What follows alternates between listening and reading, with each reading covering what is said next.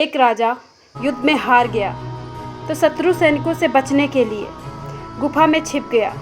सैनिकों ने पत्थरों से बंद कर दी थी गुफा।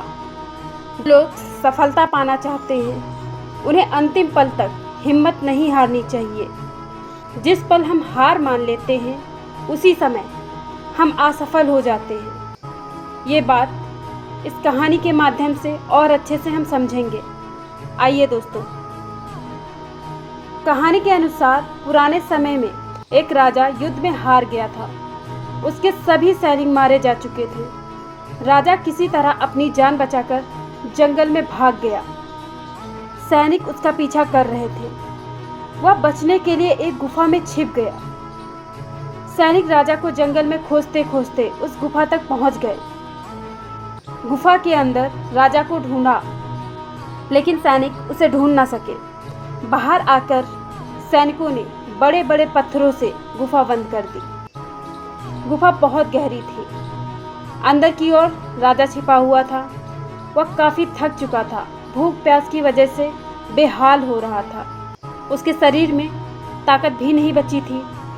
शत्रु सैनिक गुफा बंद करके वहां से चले गए तो राजा अंदर बैठा बैठा सोच रहा था कि अब तो उसका जीवन खत्म हो गया। वह गुफा से कभी बाहर नहीं निकल पाएगा। राजा निराश हो चुका था। तभी उसे माँ की एक बात याद आई। उसकी माँ कहती थी, कुछ तो कर, यूं ही मत मर। ये बात याद आते ही राजा में फिर से ऊर्जा आ गई। उसने सोचा कि कोशिश किए बिना हार नहीं मानना चाहिए। राजा गुफा के द्वार से पत्थर को हटाने का काम शुरू कर दिया। कड़ी मेहनत करने के बाद राजा ने बड़े बड़े पत्थर खिसका दिए। किसी तरह राजा ने बाहर निकलने की थोड़ी सी जगह बना ली।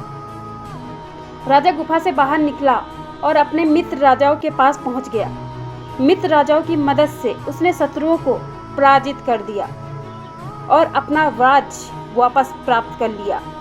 सीख, इस कहानी के माध्यम से हमें क्या सीख मिलती है?